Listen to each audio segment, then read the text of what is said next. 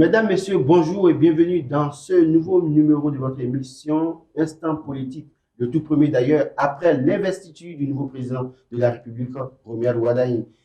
Patrice Talon, dans une élégance démocratique, cède son fauteuil présidentiel après 10 ans passés à la tête du Bénin. Son successeur, Corsi Romuald Mboueke Wardani, est investi ce dimanche 24 mai 2026 et conduit les destinées du Bénin pour 7 ans. Quelle analyse faire de son premier discours à la nation et quelle lecture faire de son premier gouvernement? Nous en parlons dans cette émission et je reçois pour vous Omar Salouf et Yedafou Koutchemen. Ils sont tous journalistes. Chers confrères, bonjour et bienvenue dans cette émission. Bonjour et bonjour aux amis internautes. Romuald Wardani a été investi dimanche 24 mai 2026. Il est désormais le président de la République du Bénin. On l'a vu dans son premier discours, déjà, d'un point de vue général, quelle lecture vous faites de ce discours prononcé par Romuald Wardani devant les Béninois et toute, je dirais, toute la communauté internationale? C'est un discours en plusieurs étapes. D'abord, il annonce les couleurs. Il annonce d'abord continuer, c'est-à-dire faire en sorte que désormais, la croissance puisse impacter directement dans les assiettes. Et cela suppose qu'il va mettre en place des instruments qui vont favoriser la redistribution de la richesse. En dehors de cela, il a parlé de la coopération internationale, où il estime que nos voisins du Nord, on n'a pas choisi nos voisins, et donc on est obligé, puisqu'il a insisté un peu sur cet aspect-là, donc on doit aussi forcément la coopération régionale et internationale. Sur ce point, il mise sur cela pour régler un certain nombre de problèmes, dont le problème de la sécurité auquel tout le monde est confronté dans la sous-région. Et il estime que sans la paix, sans la cohésion, on ne peut pas avancer. Donc, il estime que pour venir à bout de ce terrorisme, parce qu'il annonce que ce sera sans concession, il y aura une lutte sans concession contre le terrorisme. Et pour venir à bout de ce terrorisme, il estime que c'est dans la coopération sous-régionale que cela pourrait arriver. Et lorsqu'on parle de coopération sous-régionale, vous constatez que tous nos voisins, presque, tous nos voisins ont envoyé des représentants. On a vu comment le représentant du Niger, le premier ministre nigérien, a été ovationné. Tous les pays sont représentés, se sont représentés, et même le Nigeria s'est fait représenter, même par, au-delà de ça, par même des investisseurs. Oui, donc, je ne veux pas nommer quelqu'un, mais je dis des investisseurs. Et donc, c'est important et c'est un message fort. Et délivrer un message comme ça, comme quoi la coopération régionale est importante pour nous, pour notre développement et autres. Et puis, il adresse un message fort à la diaspora, c'est-à-dire les Afro-descendants. Il leur rappelle que le Bénin sera toujours leur terre de retour. Et on comprenez, donc voilà. On va y revenir. Omar Salouf, quand vous suivez le discours de Romuald Wardani à son investiture, avez-vous l'impression que c'est un discours de rupture ou un discours de continuité? Alors, je note deux choses de ce discours-là. C'est un discours d'engagement et de continuité. Alors, je parlerai de discours de continuité pour dire que, au début de son discours, il a commencé par exprimer sa reconnaissance au peuple béninois. Ensuite, le deuxième paragraphe de son discours, il a rendu hommage au président Patrice Talon qui, 10 ans durant, a mis en œuvre un programme, des projets pour mettre le Bénin à ce niveau que nous constatons tous. La deuxième chose qui me fait parler de continuité, c'est l'hommage rendu aux anciens présidents. Il n'y a pas de continuation, bien évidemment. Il a cité Nicéphore Soglo, Mathieu Kérékou et Boni Yahi pour dire en réalité qu'il se veut être la résultante de tous ceux-là qui ont eu à diriger le Bénin. Donc, certainement, il va prendre un peu de ce que chacun a fait pour être le champion de son époque.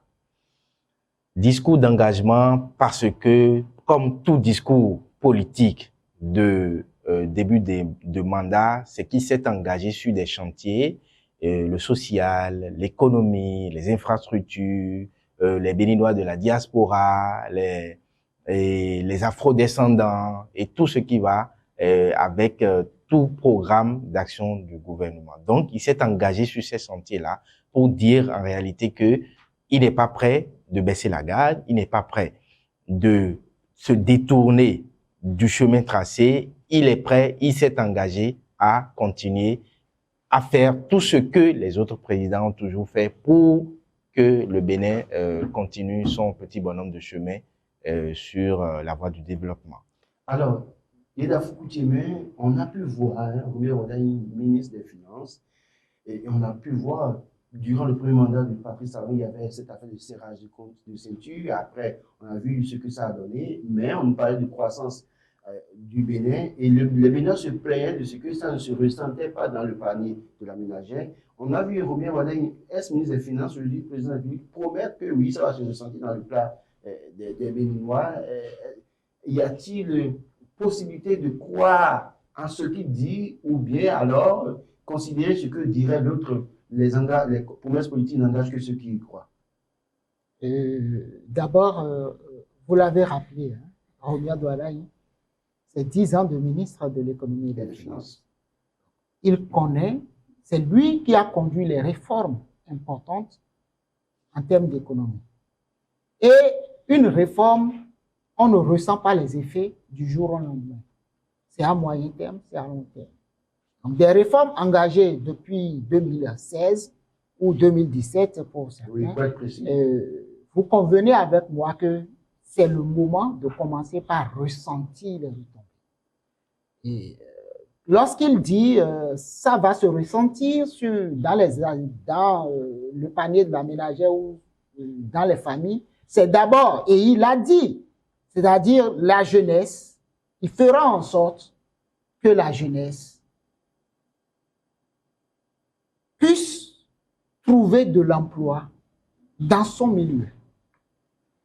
Or, qu'il vous souvienne qu'il a annoncé une territorialisation du développement. Il est resté dans la même ligne de ce qu'il a annoncé, de ce qu'il a prévu.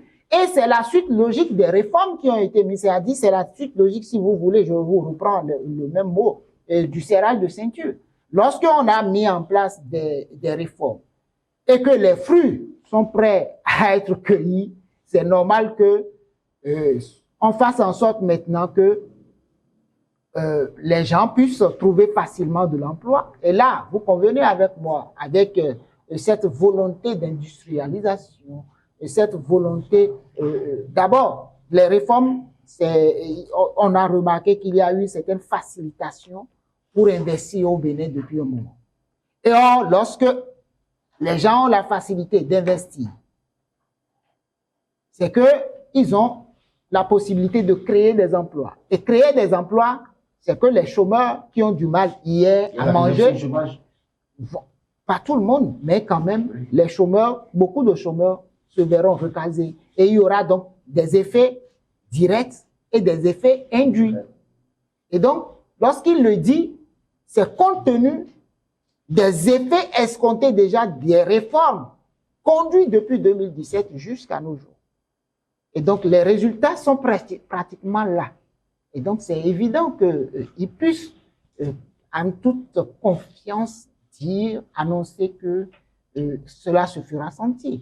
Et l'autre chose, il a promis une certaine assurance maladie aux acteurs agricoles, notamment aux paysans.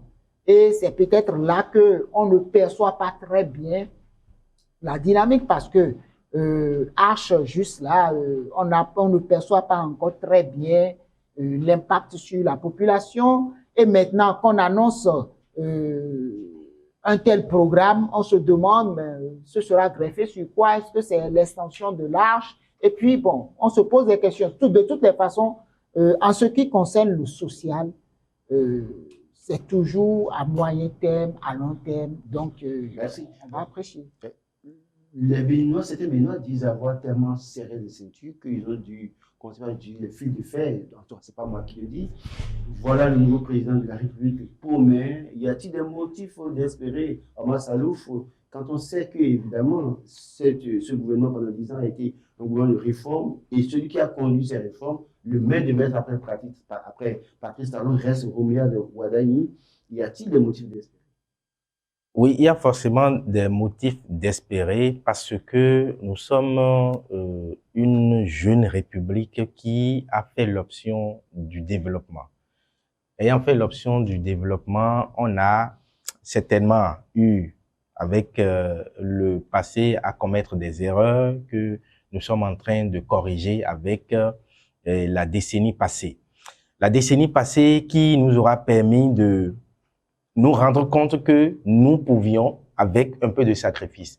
Les sacrifices consentis pendant 10 ans, c'est normal que les Béninois puissent se dire maintenant que voilà, on peut quand même commencer par jouir des fruits de nos labeurs, de nos sacrifices, de nos privations. Romuald Wadani a très bien conscience de ce que le serrage de ceinture a fait parfois du tort à des Béninois parce que ça... Du tort ou du mal? Non, pas du mal en ce sens-là, parce que je parlerai du tort parce que on n'avait pas cette habitude, on n'avait pas prévu cela, ça a chamboulé beaucoup de choses, mais avec le temps, on s'est habitué. Mais dans le même temps, c'est légitime quand même d'espérer que, à un moment donné, que cela se ressente dans le panier citoyen, que cela se ressente dans le panier de la ménagère, que cela se ressente dans le quotidien des Béninois. Et je parlerai de messages. L'un des messages adressés à Romuald Wadani lors de la campagne électorale, c'est que, une fois au pouvoir, il faudra revoir certaines choses afin que nous ressentions moins les effets du serrage de ceinture et que nous ressentions moins les effets exogènes induits par soit la guerre en Ukraine, soit la guerre en Iran, soit la guerre par-ci, par-là. Et donc, en tant qu'économiste, Romuald Wadani a certainement les armes pour réfléchir à comment amortir ces effets-là, à comment amoindrir les risques liés à cet état de choses. L'autre chose que les Béninois auraient compris peut-être, c'est que ils ont conscience que 10 ans durant, ministre de l'économie et des finances de 2016 à 2021, et puis ministre d'État chargé de l'économie et des finances, chargé de la coopération de 2021 à aujourd'hui, un rôle central. Mais il n'était pas le premier décideur.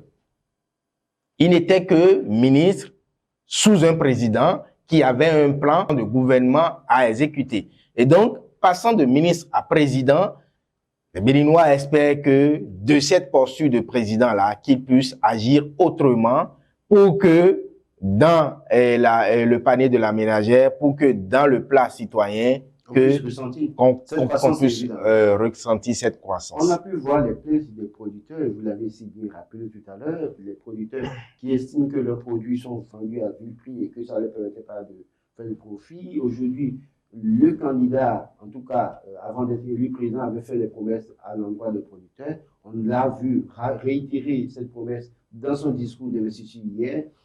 Aujourd'hui, compte tenu du système mondial auquel nous assistons, notamment la guerre entre l'Ukraine et la Russie, en Iran également, quel espoir peuvent les producteurs, les agriculteurs, bien évidemment, peuvent avoir pour quand même espérer une retraite bien dorée, évidemment, une paisible activité? D'abord, vous posez plusieurs problèmes à la fois. À la fois, oui, évidemment. En termes de revenus du producteur, les producteurs ont souvent reproché le fait qu'ils ne sont pas libres de vendre leur production comme ils veulent. Oubliant, je vais attirer l'attention dessus, que lorsque on facilite l'investissement dans un pays, il faut mettre en place des instruments qui permettent à ces unités de transformation de s'approvisionner localement. Et cela va forcément léser. Mais le plus important ici, c'est que déjà, le gouvernement qui est parti sous déjà Patrice Talon, ces mesures de restriction ont été levées où désormais le producteur est libre, c'est-à-dire c'est le marché qui détermine désormais les prix. Lorsque je prends l'anacarde, lorsque je prends le soja, désormais, ce n'est plus, c'est pas un fait nouveau que ils vont annoncer, c'est déjà là où c'est le marché qui détermine. Et donc, j'ai remarqué que même malgré ça, certains producteurs ont appelé le gouvernement à venir réguler. Cela veut dire que l'intervention de l'État n'était pas aussi mauvaise que ça. C'est un pan pour améliorer le revenu. Si le marché pourrait leur permettre d'améliorer le revenu, le gouvernement a levé. Mais le vrai problème, c'est que si on laisse le marché déterminer le prix, c'est que également les coûts des intrants doivent être déterminés par le marché. Et là, vous allez constater qu'il n'y a pas si longtemps que cela, l'État a décidé de prendre en charge un certain, donc, si vous voulez, de subventionner ces intrants, histoire de permettre aux producteurs soit de ne pas réduire les superficies emblavées, ou soit de ne pas réduire la quantité d'intrants utilisés pour une superficie donnée. Donc, de respecter l'itinéraire technique de chaque spéculation. Donc, cette intervention à travers la subvention fait que le prix, c'est-à-dire le revenu du producteur, semble être garanti, ne serait-ce que sur papier. Reste à savoir, et puis au-delà, vous allez voir, il y a eu un effort pour que les voies de communication, c'est-à-dire qu'on puisse lever les cultures, les récoltes, bord le champ. Donc, les voies d'accès au champ sont, il a évoqué l'accessibilité. Sont accessibles. Et vous allez constater que durant tout le mandat de Patrice Talon, la priorité a été même ça. Quand on parle de projet à asphaltage, quand on parle de construire les routes et consorts, c'est pour faciliter le transport, l'évacuation des productions depuis les champs vers soit nos marchés au niveau local ou soit vers le port pour l'exportation. Et en cela aussi, avec ce que nous avons vu comme des unités de transformation, des usines installées pour la transformation, c'est un effort. Maintenant, l'appui, la plus-value que Romiad Wadaï a annoncé, c'est que ces efforts de transformation ne seront faits localement. Ça veut dire quoi? Il y aura des industries qui seront installées sur les terroirs par rapport à leur spécialité. Lorsque je prends par exemple la TDA 1, où on parle beaucoup du coton, mais également du maïs et d'un certain nombre de choses, du riz également, s'il doit y avoir désormais des unités de transformation de ces matières premières, c'est que la priorité sera que ce soit installé localement.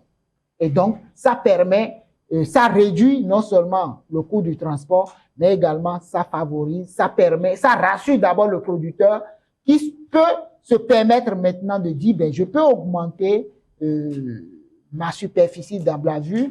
Et puis, au-delà de ça, lorsque on facilite le travail agricole à travers la mécanisation, à travers la mise en place, l'accès au financement, à travers le fonds, le FNDA par exemple et autres, on sait qu'il y a des instruments qui sont déjà mis en place et qui pourraient être renforcés pour faciliter et pour garantir un revenu agricole supérieur à ce que nous avons par le passé.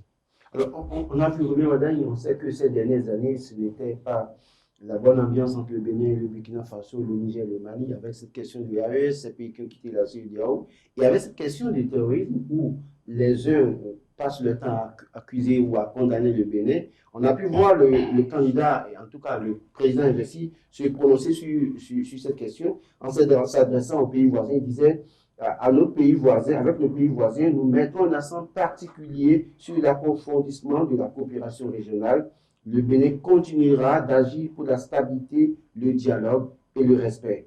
Et donc, il continue disant, à nos pays frères d'Afrique et d'abord à nos voisins de la sous-région, je veux saluer ici la présence à nos côtés, tant elle nous réjouit. Je veux renouveler le message de fraternité du peuple béninois. On a pu voir l'ovation nourrie quand on a vu le Premier ministre nigérien se lever pour aller saluer le président investi. Est-ce qu'aujourd'hui, il y a des motifs d'avoir aussi espoir que, oui, la guéguerre qu'on observe entre le Bénin et le Niger pourrait connaître une fin et que la frontière du côté du Niger sera bientôt ouverte pour permettre aux opérateurs économiques des deux pays de mieux respirer? Alors, et vous avez parlé d'une certaine ovation. Pour moi, ça exprime deux choses. D'abord, l'attente profonde qu'il y a, l'attente des Béninois par rapport à cette frontière fermée qui doit rouvrir afin que tout l'écosystème entretenu sur le long de ce trajet reprenne vie. Cette attente... Je rappelle que les gens sont obligés de passer par Sibana, passer par le Villa, faire des détours et des détours avec tous les risques qui vont avec. Alors, cet applaudissement, ça exprime cette attente dont je parle et ça exprime également l'imbrication naturelle qu'il y a entre l'unicité, je vais dire, qui est entre le peuple béninois et le peuple nigérien. Tous les peuples d'Afrique. Particulièrement avec le Niger, on n'a pas la possibilité, par exemple, de dire à un certain moment donné que celui-ci il est nigérien, celui-ci il est béninois. Ça s'est tellement unifié que l'un se sent nigérien au Niger. Quand on est béninois, on se sent nigérien. Quand on est béninois, c'est-à-dire de part et d'autre de la frontière, l'un se sent chez lui, évidemment, comme l'autre, quoi. Voilà. Il y en a qui vont travailler dans la journée et donc, la fermeture de cette frontière n'arrangeait personne en réalité. Et il fallait forcément trouver une solution pour que les choses reprennent. Et donc, l'arrivée des émissaires nigériens fait suite à la déclaration ou au message du président nigérien qui avait félicité déjà le président élu Romeo Wardani pour dire que ça n'arrangeait effectivement personne. Encore plus le Niger qui n'a pas une ouverture sur la mer et qui devrait, en termes raisonnables, passer par le port de Cotonou pour faciliter le transport des marchandises. Donc, l'espoir suscité par l'arrivée de ceux-là, l'espoir suscité par le discours de Romeo Wardani, et cet espoir ne doit pas s'estomper.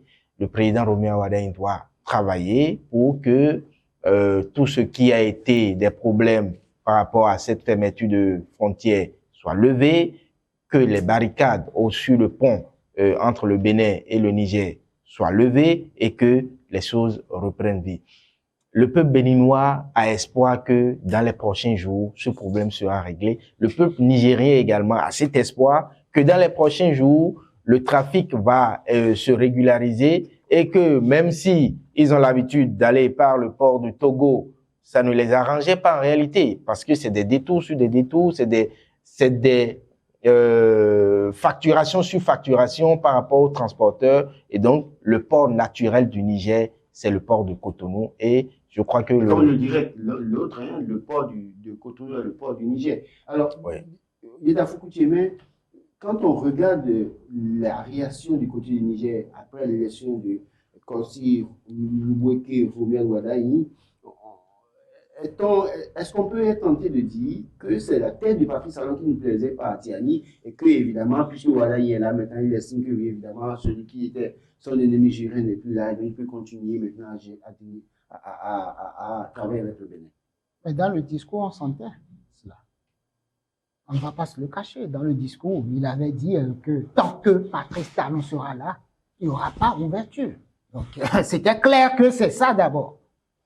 C'est vrai que tout le monde appelle à ce que les relations se normalisent officiellement. Sinon, Officieusement, En réalité, il n'y a aucun problème entre les peuples. entre les peuples. Donc, c'est plutôt entre les autorités. Et moi, ce qui me rassure, et ce qui devrait susciter espoir chez tout le monde, c'est qu'au-delà du fait que le Niger, le Burkina Faso et le Mali aient envoyé des émissaires pour assister, parce qu'ils ont été invités à assister à la cérémonie d'investiture du nouveau président de la République, parce que le 1er août passé, ils ont été invités pour défiler aux côtés de l'armée béninoise, mais ils ont décliné l'offre, ils ne sont pas venus. Donc, en fait, les efforts de réconciliation ne datent pas d'aujourd'hui, et je crois que le président Romeo Wardani ne fera que appuyer sur ce qui se faisait, sur les efforts qui se faisaient déjà. Mais moi, j'ai remarqué que depuis quelques jours, il y a plein de camions immatriculés au Niger, immatriculés au Burkina Faso, qui font la queue pour aller au port de Cotonou. Ça veut dire que, en réalité, les relations, de façon indirecte, ont repris. Parce qu'il y a longtemps qu'on a vu autant de files de camions immatriculés dans ces deux pays au Bénin. Et à partir de cet instant, moi, c'était déjà un indice comme quoi, bon, et est-ce qu'il fallait lier ça également à l'incident au port de Lomé? Moi, je ne sais pas trop, mais je me dis, l'un dans l'autre. Mais je crois qu'on avait eu un cas de figure du genre avec l'ancien président du Nigeria, Umaru Yar'Adua. Non, personne, l'ancien président. Mohamed Bouhari. Bouhari qui avait fermé la frontière du Bénin. Il a fallu que le président du Bénin change et qu'il maintenant décide d'ouvrir la frontière. En réalité, hein, ce cas, c'est un autre cas. On ne peut pas comparer, non, mais en réalité, les frontières ont déjà commencé, ils ont déjà commencé par ouvrir les frontières quand il était déjà au pouvoir, avant qu'il ne quitte le pouvoir. En réalité, en termes de diplomatie, si on a tendance on voit parfois que certains présidents ou dans une certaine posture n'aiment pas fléchir et même si en retrait ils peuvent donner tout pour que cela soit possible, ils se disent tant que je suis là, il vaut mieux conduire les choses à la fin afin que mon successeur le fasse. Je l'ai senti avec le président Patrice Talon qui en réalité a compris qu'il fallait ouvrir les frontières. Mais comme c'est un homme, il a ses ressentis peut-être qui ont fait qu'il a préféré ne plus aller sur le terrain de la médiation et rester campé sur sa position afin que son successeur, Romeo Wardani, fasse tout ce qui est possible pour que les frontières rouvrent. Sur la question de l'AES, je pense que ce n'est plus un secret aujourd'hui que l'AES constitue, qu'on le veuille ou non, un ensemble d'États forts, même si frappé par tout ce que nous savons. Maintenant, on est obligé de composer avec eux. On est obligé de faire avec eux qu'ils se regroupent dans un creuset qu'on appelle AES ou non. On est obligé de faire avec le Niger, on est obligé de faire avec le Mali, avec le Burkina, et parce qu'on est condamné à travailler ensemble, on est condamné à trouver les solutions par rapport au mal commun qui nous guette. Et au-delà de ce mal commun qu'on appelle terrorisme, il y a aussi d'autres mots communs tels que la pauvreté, tels que la précarité et beaucoup de choses que nous devons faire ensemble. Quand on suit le président Kossi Moukero-Wardani, on sent qu'il reste droit dans ses bottes, comme son prédécesseur, notamment Patrice Talon, qui, sur la question du partenariat au plan mondial, n'a pas du tout fléchi à travailler à la restauration de l'image du Bénin. Je vous lis une séquence de son discours. Il dit « À nos partenaires internationaux qui nous soutiennent dans cette démarche, je veux dire que le Bénin demeurera fidèle à ses engagements et attaché à des partenariats fondés sur le respect mutuel, la confiance et l'intérêt partagé. » On a pu voir que par le passé, le Bénin était ce pays qui tendait la main dans une sorte de mendicité. Patrice Talon, dès 2016, a dit non, il faut arrêter cette image. Et dans une sorte de partenariat, évidemment, il y a un respect qui est voué au Bénin. Est-ce qu'aujourd'hui, avec ce discours, vous avez l'impression qu'il pourra tenir jusqu'à la fin? C'est vrai qu'il a été ministre des Finances, on ne devait pas douter, mais évidemment, nous sommes sur le terrain politique. je voudrais, avant de répondre à cette question, rappeler que le Bénin, la frontière du côté du Bénin est ouverte depuis, je crois, décembre 2020. Évidemment, évidemment. Donc, c'est le Niger qui a fermé. Oui, merci de la précision, j'avais oublié de préciser. Voilà. Le Bénin avait déjà ouvert sa frontière, donc, et c'est le Niger, du côté Niger, voilà, que Tiani a fait. Donc, le problème, ce n'est pas au Bénin, mais c'est plutôt de l'autre côté. Donc, par rapport à votre question, je crois que ça a démarré par un acte fort de Patrice Talon, je crois, en septembre ou octobre 2016 ou début 2017, évidemment, où généralement le Bénin ne contribuait pas au fonds commun. Mais pour une première fois, Patrice Talon a dit, le Bénin va verser une contribution au fonds commun, c'est-à-dire le fast track, qui est devenu fonds commun plus tard. Et depuis ce moment, le Bénin dit, si les grandes puissances donnent quelque part, même si nous n'avons pas beaucoup, le peu que nous avons, nous aussi nous contribuons. C'est d'abord ça qui a restauré le respect que les gens doivent au Bénin aujourd'hui. Parce que quelqu'un qui, partout où vous contribuez, lui aussi contribue, vous le respectez. Mieux, avec la crise du Covid, tous les États presque africains ont souhaité que l'effacement d'une partie des dettes. Seul le Bénin s'est levé et dit, nous payons notre dette. C'est un message fort. Et lorsque vous êtes un État qui honore ses engagements, c'est pour vous dire quoi? Romeo Douaraï rappelle aux investisseurs, aux partenaires internationaux, que nous resterons toujours dans la même dynamique où nous n'irons pas quémander pour bâtir notre pays, mais plutôt nous allons prendre des engagements et que nous allons les respecter. Ça veut dire quoi? Et vous allez constater, tout ce qui a été mobilisé comme ressources, oui, le Bénin s'est endetté, mais ce sont des dettes viables parce que ce ne sont pas des dettes ce ne sont pas des emprunts qui sont faits pour payer les salaires, mais c'est plutôt pour des investissements structurants. Construire des routes, donc faciliter la logistique et consorts, cela permet de bâtir un État qui dynamise son économie. Et donc, c'est un message comme quoi la dynamique engagée en termes de développement, en termes économiques, nous allons la poursuivre. Et c'est un message très intéressant. Avec le niveau de développement aujourd'hui et les ambitions clairement affichées par Patrice Talon, qui a conduit la destinée du Bénin pendant 10 ans et qui laisse la main à Romeo Wardani aujourd'hui, avec cette ambition également de Romeo Wardani, en tout cas affichée, parce qu'il a dit clairement que la croissance se fera sentir en tout cas dans la vie des Béninois. Est-ce que la posture là peut être la meilleure posture? Est-ce que le Bénin a aujourd'hui des motifs de croire qu'on peut se passer d'un certain nombre de choses? Oui, si on a réussi à se passer d'un certain nombre de choses pendant 10 ans et que on a réussi dans le même temps à faire ce pas de géant vers l'avant, c'est qu'on peut continuer à se passer de ces choses-là. On peut continuer à croire que nous pouvons faire nous-mêmes des sacrifices, que nous pouvons nous-mêmes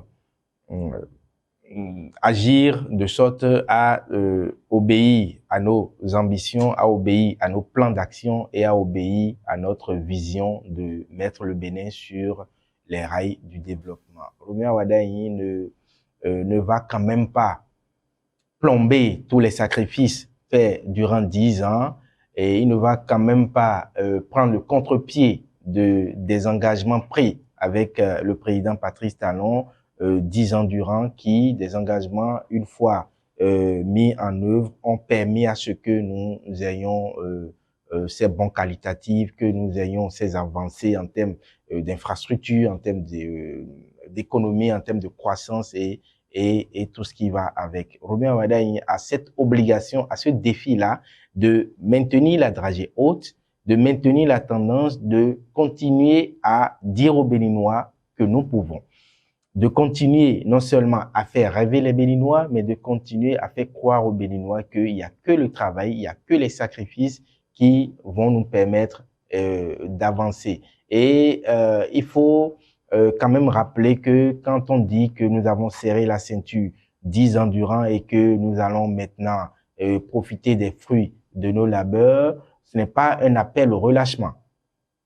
Ce n'est pas un appel pour dire qu'on va maintenant faire moins d'efforts, qu'on va maintenant retomber dans les travers du passé. C'est un appel plutôt à maintenir ce sérieux, à maintenir cette rigueur individuelle et collective pour continuer à faire des efforts.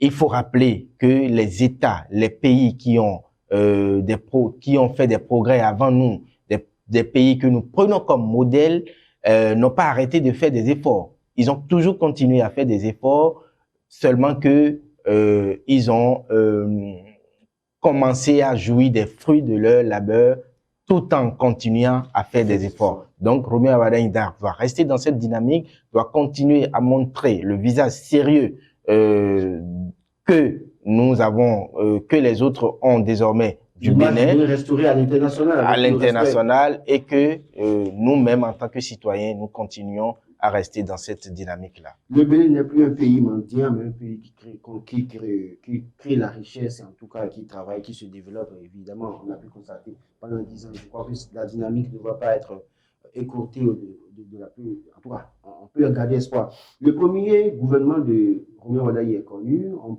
a pu voir que cet ancien ministre de Patrice Talon, en tout cas gouvernement auquel lui-même appartenait, cette personne a été reconduite. Et avec de nouvelles têtes, des surprises pour vous, ambassadeur?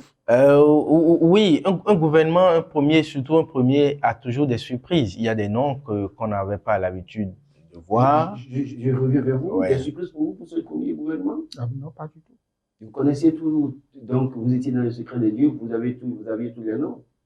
Ce n'est pas les noms le problème, c'est d'abord les compétences. Et ce n'est pas des gens inconnus. Un gouvernement de technocrate ou un gouvernement politique? Un gouvernement technocrate. C'est un gouvernement socio-politico-technocrate. Vous êtes si fort, allez-y. Oui, un gouvernement. Bon, d'abord, je parlais de surprise parce que il y a un ministère de la communication qui est arrivé. C'est une surprise. Parce que nous avons connu il y a longtemps qu'on n'a plus connu un ministère de la communication, à part la parenthèse que nous avions eue Alain Ouroula qui était parti avec Alain Ouroula, cette petite parenthèse-là, mais depuis, on n'en a pas eu. Donc, c'est une des surprises. C'est l'une des surprises. Oui. Maintenant, un gouvernement socio-politico-technocrate pour dire que quand on annonce du social, il faut des gens qui sont dans cette dynamique-là. Oui. Donc, quand on voit un ministère le président de la famille, la SEC des femmes au crédit, et donc il y a un ministère de la microfinance, dirigé par Nicolas Yanoussi, ancien directeur général des impôts. Voilà. Donc, le social a sa place dans ce gouvernement-là. La politique aussi a sa place dans ce gouvernement, parce que qu'on le veuille ou non, technocrate bon teint, qui s'appelle président Roméo Wardani, il doit avoir un regard sur la politique nationale. Il doit avoir un regard sur comment se fait désormais la politique avec tous les blocs qui l'ont soutenu, avec tout ce nombre important, inimaginable même, qui s'est mis dans le rang.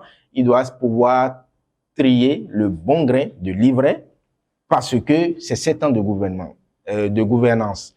Un gouvernement technocrate parce que, comme vous le savez, lui-même technocrate, s'est fait entourer de technocrates et il a élargi le ministère de l'économie et des finances avec ses ministères délégués pour dire en réalité qu'il met un point d'honneur à la finance et à la gestion il faut de l'économie. Il faut comprendre par ce ministère géré par Aristide Ndenou que c'est en fait une combinaison du ministère, de l'ex-ministère du Plan du Développement avec le ministère des Finances, parce que qui se charge de la coopération, même si dans la dénomination, ça ne ressort pas. Yeda Foukoutiémen, vous regardez le ministère des Finances, le ministère de l'économie et des finances, chargé de la coopération, et puis après, on a pu voir le ministère des Finances, de la microfinance, Nicolas Yanoussi, ministère du budget et de la fonction publique, et vous regardez en même temps le lien entre le budget et la fonction publique. Comment est-ce que vous faites, quelle lecture vous faites de ces combinaisons? En réalité, d'abord, nous avons noté que ABT, donc Abdoulaye Bios Tchale, est parti avec le plan et le développement. Naturellement, donc, tout ce qui relève des prérogatives de cet ancien ministère revient au ministère de l'économie et des finances. Mieux, lorsque on le prend comme ça, puisque sous Rumia Douada lui-même, c'était un ministère d'État chargé de l'économie et des finances, mais également de la coopération. Qui était un peu sur les prérogatives du ministère des Affaires étrangères. Oui. D'accord? Et dans le cas d'espèce, on remarque que c'est d'abord 3 ministères qu'il a d'abord fusionnés pour faire l'économie et les finances. D'abord, plan et développement, ministère de l'économie et des finances, en lui-même plus coopération, et puis le volet microfinance, qui a toujours été géré. Le bras coupé à S'il vous plaît, laissez-moi aller. Le volet microfinance, qui a toujours été géré par les affaires sociales. C'est ce que je disais justement. Parce que même sous Kérékou, les microfinances ont été toujours gérées par le volet affaires sociales. Et donc, qu'on annonce aux femmes qu'elles auront accès aux finances, je crois que la meilleure des choses à leur dire, c'est faciliter plus l'accès au crédit parce que ces femmes-là ont déjà l'accès au crédit avec tous les instruments qui ont été mis en place depuis Kérékou, Boni Yahi qui a aussi amplifié, avec Talon aussi, où aujourd'hui le microcrédit à la FIA, avec le microcrédit à la FIA, les gens peuvent aller jusqu'à un certain nombre dont ils n'avaient pas accès par le passé. Et donc, c'est devenu le ministère de l'économie, des finances et de la coopération, donc, est devenu un mastodonte qu'un seul ministre ne pourra plus gérer. Et donc, il a créé ce ministère, un nouveau ministère, qu'il confie à Aristide Méridiono, qui, faut le rappeler, fut directeur général de l'économie.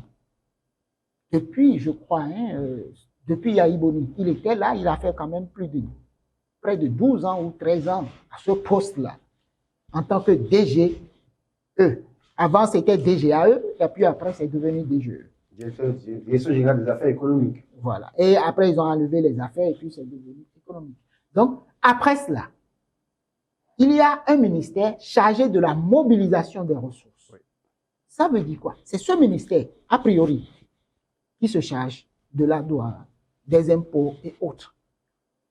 Et puis, il y a un ministère de l'économie et puis des microfinances. Lui, il s'occupe de tout ce qui est finance, c'est-à-dire comptabilité nationale et autres. Il s'occupe de ça. Et puis la gestion. C'est normal que le budget, parce que la DGE, excusez-moi, la Direction générale du budget, la DGB à l'époque, n'est qu'une extension ou l'appendice de la fonction publique. Ce que ce ministère, puisque le Fonds national de retraite est géré par cette direction à l'époque, et aujourd'hui, un ministère qui, pour qu'il y ait plus de synergie, on met la fonction publique avec le budget pour qu'il y ait plus de synergie d'action, pour qu'il y ait plus d'harmonie. Parce que lorsque vous décidez de recruter 10 personnes, c'est que vous assurez qu'il y a les ressources.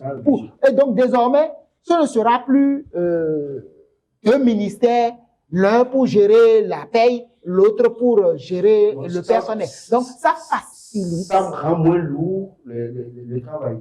Et non seulement cela vous rappelle, il faut que vous vous rendez compte. Et cela veut dire même que le ministère, au-delà de 3 ministères fusionnés, ça fait 4, puisque la fonction publique est rattachée désormais à l'économie et la finance. Donc, vous voyez un peu, ça, c'est vraiment un mastodonte. Et tout cela, il y a 3 ministres délégués pour accompagner le ministre de l'économie et des finances. Et donc, c'est juste pour plus d'efficacité que, je crois, le président de la République a décidé que ce qui paraît le plus important, c'est-à-dire ce qui a un lien avec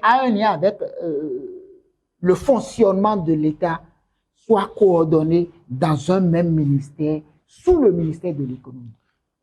Omar Salouf, on constate que Véronique Togne-Fordé, ministre des Affaires sociales et de la microfinance, perd un bras. La microfinance qui est rattaché au ministère des Finances, délégué, géré par Nicolas Yanoussi. Mais on constate aussi également que Aurélie Adamou-Souleymane, ministre de la digitalisation et de l'économie numérique, qui perd aussi un bras parce que la digitalisation est carrément confiée à un autre ministère et on lui laisse la communication, sachant très bien que les journalistes étaient sous tutelle du ministère de l'économie numérique et de la digitalisation.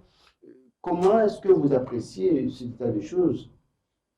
Alors, on a dénombré 7 ministères, c'est-à-dire à peu près le tiers de l'équipe gouvernementale qui est tenue par d'anciens ministres de talent. Mais dans ce tiers de personnalités, il n'y a que le ministre, le garde des Sceaux, qui a gardé l'entièreté, si je ne me trompe, qui a gardé l'entièreté de ses attributs dans le gouvernement défunt. Tout le reste a connu ce qu'on appelle le jeu de chaises musicales. Quelqu'un qui a vu un bras coupé dans son ministère, quelqu'un d'autre qui a vu quelque chose s'accrocher à son ministère et tout. Donc, c'est une reconfiguration qui veut montrer un peu l'engagement, veut montrer l'orientation à donner à la gouvernance par le président Patrice Talon.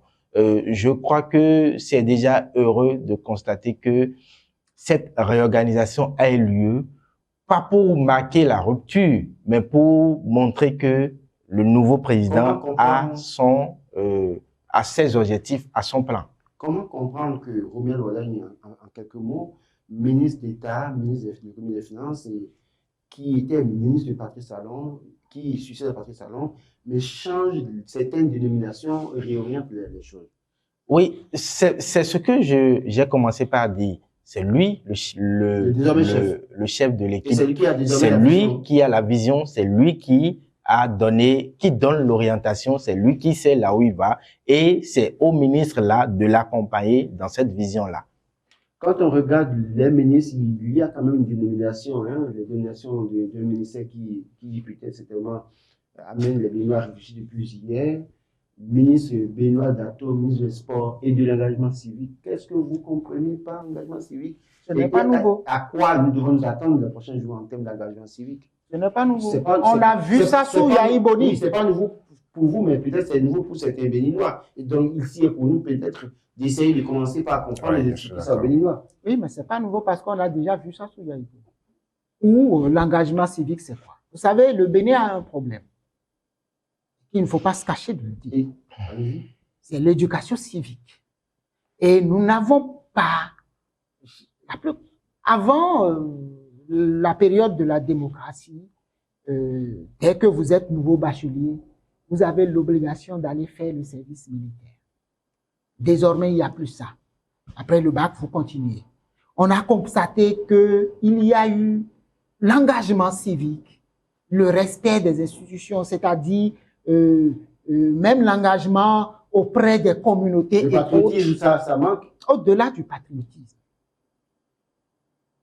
L'engagement civique, c'est pas seulement le patriotisme, c'est aussi accompagner les communautés, c'est s'engager auprès des communautés, c'est apporter sa contribution aux communautés.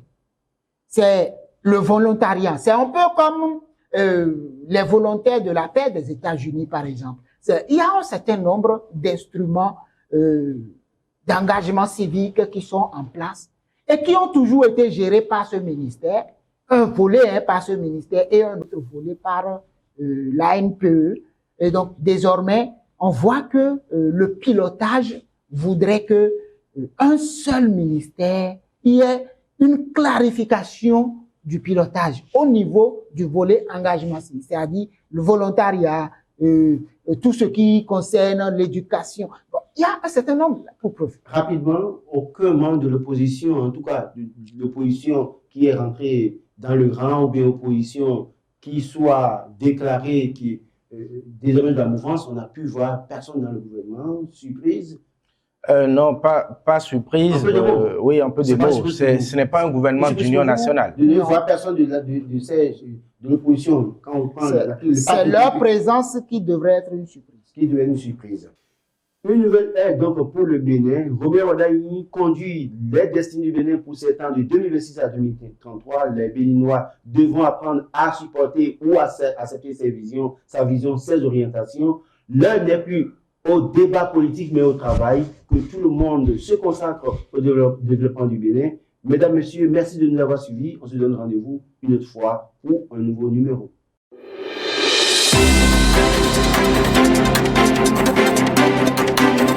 Thank you.